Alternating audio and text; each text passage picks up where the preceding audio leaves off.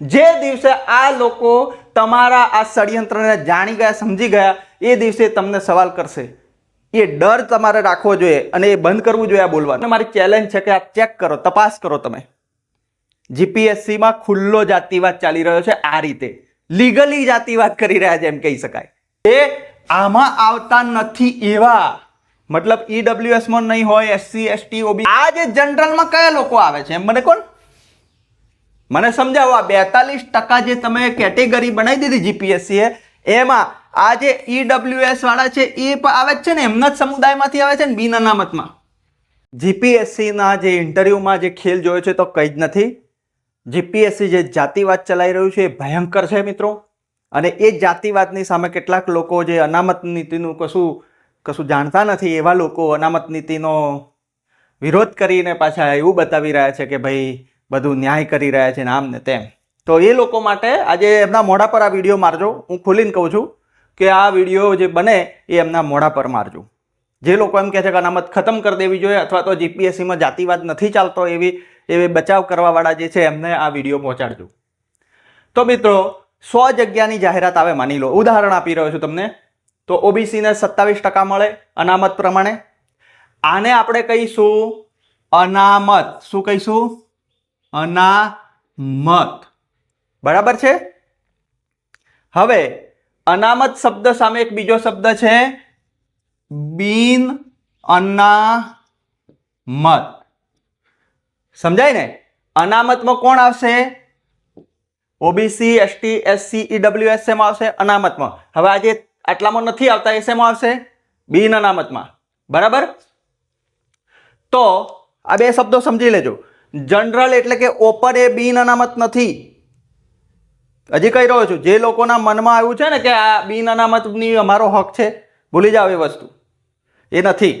એટલે જ કહી રહ્યો છું કે જે લોકોને અનામત શબ્દ ખબર નથી કે અનામતની હકીકત ખબર નથી, એ લોકો એવી વાતો કરી રહ્યા છે કે ભાઈ આ જે છે એ ખતમ કરી દેવું જોઈએ, જાતિવાદ ચાલતો નથી ને આમ ને તેમ. અને જે ચેનલો છે જેમને ગેસ્ટ તરીકે બોલાવે છે એ લોકોને પણ આ વસ્તુ ખબર નથી. એટલે આ વિડીયો એ ચેનલો સુધી પણ પહોંચાડજો અને એવા લોકો સુધી પણ પહોંચાડજો કે જે એવું બોલી રહ્યા છે કે ભાઈ અનામત ખતમ કરી દેવી જોઈએ અથવા તો જીપીએસસીમાં જાતિવાદ ચાલતો નથી. તો આજે આપણે સાબિત કરી દઈશું કે જીપીએસસીમાં જાતિવાદ ભયંકર ચાલે છે, જાહેરાત આપવાથી લઈને. તો 100 જગ્યાની જાહેરાતમાં આટલી જગ્યાઓ ફાળવી. હવે તમે જુઓ કે 100 જગ્યામાંથી આટલી જગ્યાઓ જે છે એ કેટેગરી એટલે કે અનામતને ફાળવવામાં આવશે. બાકીની 42 જગ્યાઓ જે વધશે એ કોને મળશે? જનરલને, ખુલ્લી જગ્યાઓ. હવે માની લો કે આમાંથી પછી કેવા ભાગ પડશે? ઓબીસી મહિલા, એસટી મહિલા, એસસી મહિલા, ઈડબ્લ્યુએસ મહિલા, એવા પાછા ભાગ પડશે. જનરલ મહિલાના પણ ભાગ પડશે. એ પછી મેરિટમાં જે જાહેરાતમાં બધું હોય, પણ હું તમને એ બધું કોમ્પ્લિકેટેડ ના થઈ જાય એટલે જનરલ કેટેગરીની વાત સમજાવી રહ્યો છું. મહિલા અનામત સાથે પણ જીપીએસસી ખોટું કરી રહી છે. મહિલા અનામત પણ પ્રોપર લાગુ પાડી રહી નથી, એની પણ આપણે વાત કરીશું. પણ અત્યારે જીપીએસસીનો ખેલ સમજીએ. જીપીએસસીએ જાહેરાત આપી, આ જગ્યાઓ આટલી ફાળવી દીધી. હવે જીપીએસસી પરીક્ષા લેશે, લેખિત પરીક્ષા લેશે. લેખિત પરીક્ષા અથવા પ્રિલિમ્સ લેશે. તો એમાં જે ઉમેદવારો જે હશે, પરીક્ષામાં બેઠા હશે, જે ફોર્મ ભર્યા હશે આ જાહેરાતમાં, એ ઉમેદવારોને જીપીએસસી કેટેગરી પ્રમાણે બોલાવે છે. અનામત નીતિ લાગુ પાડીને બોલાવતી નથી. કેમ કે મેં ખુદ એવી પરીક્ષામાં ફોર્મ ભરેલું છે અને એમાંથી પસાર થયો છું, એટલે હું તમને કહી શકું છું. હવે જુઓ, ઓબીસીના જેટલા ફોર્મ ભરાયા હશે એનું અલગથી મેરિટ બનાવશે. એસટીના જેટલા ફોર્મ ભરાયા છે એનું અલગથી મેરિટ બનાવશે. એસસીના જેટલા ફોર્મ ભરાયા છે એનું અલગથી મેરિટ બનાવશે. ઈડબ્લ્યુએસનું અલગ મેરિટ બનાવશે અને જનરલમાં જેણે ફોર્મ ભર્યા છે એનું અલગ મેરિટ બનાવશે. એમ કરીને જનરલને એ જીપીએસસીએ શું બનાવી દીધી છે? કેટેગરી બનાવી દીધી છે. જેવું નથી કરવાનું. સુપ્રીમ કોર્ટની ગાઈડલાઈન છે, સુપ્રીમ કોર્ટે ઠપકો આપ્યો છે, સુપ્રીમ કોર્ટે જજમેન્ટ પણ આપ્યા છે. પણ જીપીએસસી એવી સંસ્થા છે કે જે સુપ્રીમ કોર્ટ કરતા લાગે છે કે મોટી છે, એટલે સુપ્રીમ કોર્ટને માનતું નથી. સુપ્રીમ કોર્ટને જરાય ફોલો કરતું નથી આ જીપીએસસી. સુપ્રીમ કોર્ટ શું કહે છે એવું નથી કરવાનું. અલગ અલગ મેરિટ નથી બનાવવાનું. સુપ્રીમ કોર્ટ એવું કહે છે કે આમાંથી જે વધારે મેરિટ લાયા, માની લો આમાંથી ફોર્મ ભરાયા છે, જેટલા ફોર્મ ભરાયા, બોલું છું શબ્દો ધ્યાનથી સાંભળજો, 27 જગ્યાઓ સામે જેટલા ફોર્મ ભર્યા છે એ તમામ ફોર્મ ભરેલા પરીક્ષામાં મેરિટ લાયેલા, સૌથી મેરિટ લાયેલા ઉમેદવારો આમાં જશે. એસટીના આમાં જશે, બરાબર છે. એ જ રીતે એસસી અને ઈડબ્લ્યુએસ ના બધા આમાં જશે. અને આ 42 એકથી લઈને 42 જગ્યાઓ કઈ રીતે ભરવી પડે? પહેલા આમાંથી ભરવી પડે, બરાબર. આ 42 જગ્યાઓ ભરાઈ જાય પછી 27, 14, 7 ને 10 ભરવી પડે. સિમ્પલ વસ્તુ, સરળ વસ્તુ. સમજાઈ ગઈ તમને? આ અનામત નીતિ થઈ. જીપીએસસી આવું કરતી નથી. જીપીએસસી શું કરે છે? આની અલગ બનાવી દે, આનું અલગ બનાવી દે, આનું અલગ, આનું અલગ, આનું અલગ. હવે અમારી જે જાહેરાત હતી જીપીએસસી આસિસ્ટન્ટ પ્રોફેસર વર્ગ 2 ની 2018 ની જાહેરાત, એમાં એવું બન્યું કે આનું મેરિટ, જનરલનું મેરિટ આવું કર્યું નહીં, અલગ અલગ મેરિટ બનાવ્યું અને કેટેગરી સમજી લીધી છે જીપીએસસી. એટલે આનું મેરિટ જે ઉમેદવારો જરૂરી હતા જગ્યા માટે એ પૂરા થયા નહીં. 30 મળ્યા નહીં, 29, 28 મળ્યા. હવે ખેલ જુઓ તમે, અહીંયા ઉમેદવારો પણ એટલા નથી, પર્યાપ્ત નથી, એનું મેરિટ પણ નીચે જાય છે. એટલું બધું નીચે મેરિટ જાય છે કે મિનિમમ લેવલ કરતાં નીચે ગયું. એટલે જેટલા ઉમેદવારો પરીક્ષામાં પાસ થયેલા બધોને 590 જેટલા ઉમેદવારોને જીપીએસસીએ ક્યાં બોલાયા? ઇન્ટરવ્યુમાં બોલાયા. આવું દરેક જાહેરાતમાં થઈ રહ્યું છે. 3 ગણા કરતા વધારે બોલાવી દે છે. કેમ બોલાવી દે છે? તો કે આ કારણે જનરલને ડાયરેક્ટ અંદર બોલાવે છે ને, એટલે. હવે જનરલમાં કયા લોકો ફોર્મ ભરે છે? જે આમાં આવતા નથી એવા, મતલબ ઈડબ્લ્યુએસ માં નહીં હોય, એસસી એસટી ઓબીસી માં નહીં હોય એવા લોકો આમાં ફોર્મ ભરે. આ લોકોને ડાયરેક્ટ અહીંયા ઘુસાડે છે ઇન્ટરવ્યુ સુધી. આખો ખેલ સમજાયો? એટલે જીપીએસસી ને હું 4 સવાલ પૂછું છું. પહેલો સવાલ, શું લેખિત પરીક્ષાનું મેરિટ અનામત નીતિ પ્રમાણે બનાવો છો તમે? એનું સ્ક્રીનિંગ મેરિટ પ્રમાણે આવેલા ઉમેદવારો પ્રમાણે કરો છો? જો ના, તો એ અનામત નીતિનો ભંગ કહેવાય. મેઇન્સ વખતે પણ એવું કરે છે, પ્રિલિમ્સ વખતે પણ એવું કરે છે. માની લો કે આસિસ્ટન્ટ પ્રોફેસરની જાહેરાત મેં તમને કીધું એમ, તો એમાં તો લેખિત અને ડાયરેક્ટ ઇન્ટરવ્યુ હોય, તો લેખિત પરીક્ષામાં મેરિટ બનાવે જ ના. ડાયરેક્ટ ઇન્ટરવ્યુમાં અલગ અલગ કેટેગરીના બોલાવી લે, એટલે ઓછા મેરિટ વાળા તેમાં ઘૂસી જાય ઇન્ટરવ્યુમાં. પછી ઇન્ટરવ્યુમાં તો તમને ખબર છે 50% ગુણભાર છે પ્રોફેસરમાં તો. એટલે આરામથી 35 માર્ક લાયેલો ઉમેદવાર જે છે એ રિજેક્ટ થાય ને 5 માર્ક વાળો સિલેક્ટ થાય, જેવું હમણાં તમે જોઈ રહ્યા છો. હવે તમે શું જોઈ રહ્યા છો કે માત્ર જીપીએસસીએ આ 5 વાળાને સિલેક્ટ કરી લીધો ને 35 વાળાને રિજેક્ટ કર્યો, એટલું જોઈ રહ્યા છો. પણ એની પાછળ આખો આ ખેલ બની રહ્યો છે જીપીએસસી દ્વારા, એ તમે સમજી રહ્યા નથી. એટલે આ લોકો શું કહી રહ્યા છે? બૂમો પાડી રહ્યા છે કે અમારા 10% ને પણ ખોટું થઈ રહ્યું છે. તો અમે ક્યાં ના પાડીએ છીએ? એ જ વસ્તુ અમે કહી રહ્યા છીએ, પણ એમને આમના માટે નથી લડવું, ખાલી આટલું જ લડવું છે. એવું નહીં ચાલે મિત્રો. અને આ જે જનરલમાં કયા લોકો આવે છે એમ મને કોણ? મને સમજાવો. આ 42% જે તમે કેટેગરી બનાવી દીધી જીપીએસસીએ, એમાં આ જે ઈડબ્લ્યુએસ વાળા છે એ આવે છે ને, એમના જ સમુદાયમાંથી આવે છે ને, બિન અનામતમાં. મતલબ 42 પ્લસ કેટલા થાય? 42% અને 10% કેટલી અનામત થાય મિત્રો? ગણો. 52% થાય. 52% ભાગ, માની લો ઈડબ્લ્યુએસ બિન અનામત વાળાની ટોટલ વસ્તી કેટલી હશે? 20% માન લો. 20% વસ્તી હશે, વધીને 20%. 20% લોકો કેટલું લઈ રહ્યા છે? 52% લઈ રહ્યા છે એમ કહી શકાય. ધ્યાનથી જોજો આ વિડીયો. 20% લોકો કેટલું લઈ રહ્યા છે? 52% લઈ રહ્યા છે. તમને શું કહી રહ્યા છે? આ ટોટલ કેટલી થશે? 48%. 48% વાળા એવું કહી રહ્યા છે કે તમે ખોટું લઈ રહ્યા છો ભાઈ, અનામત બંધ કરી દો, ખતમ કરી દો એમ. હવે તમે ખેલ જુઓ. આ 52% લઈને 48% વાળાનો વિરોધ કરવો એ જાતિવાદ નથી?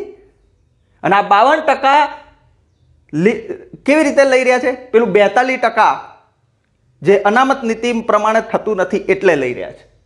હવે તમે જુઓ કે આ 48%ની વસ્તી કેટલી હશે? 70% થી વધારે. 70%, દેશની રાજ્યની 70%થી વધારે વસ્તી વાળાને મળ્યું કેટલું છે? 48%. હું તો કહું પ્રોપર વસ્તી ગણતરી થાય તો આ કદાચ 80 આવે ને પેલા 15 આવી જાય. થઈ શકે.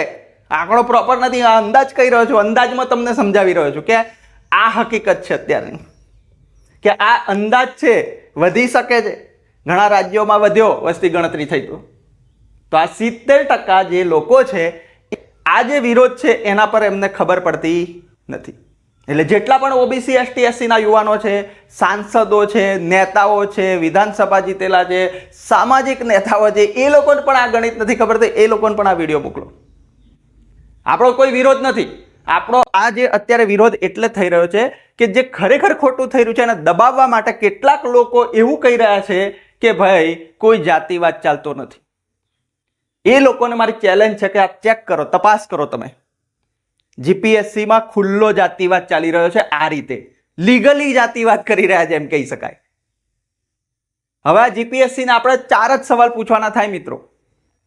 શું જીપીએસસી પ્રિલિમ્સ અથવા લેખિત પરીક્ષાનું સ્ક્રીનિંગ કરે છે, અનામત નીતિ પ્રમાણે મેરિટ બનાવે છે? તો કે ના.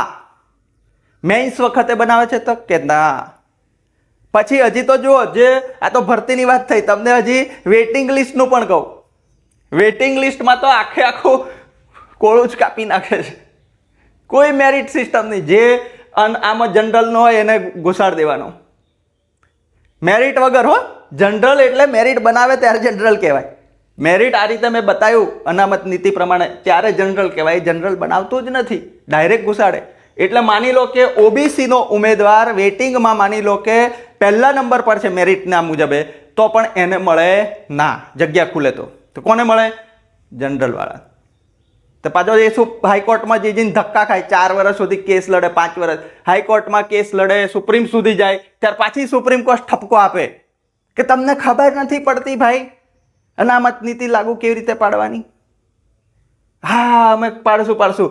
પાછા હવે મને બોલાડશે, કૂતરાની પૂંછડી વાંકી જેવો ખેલ કરે છે જીપીએસસી. શું જીપીએસસીને નહીં ખબર હોય આ બધું કરવાનું? એટલે જે લોકો નથી સમજી રહ્યા એ લોકોને આ સમજાયું. જનરલ એ કોઈ કેટેગરી નથી, ઓપન એ કોઈ કેટેગરી નથી, એ બધાનો હક છે.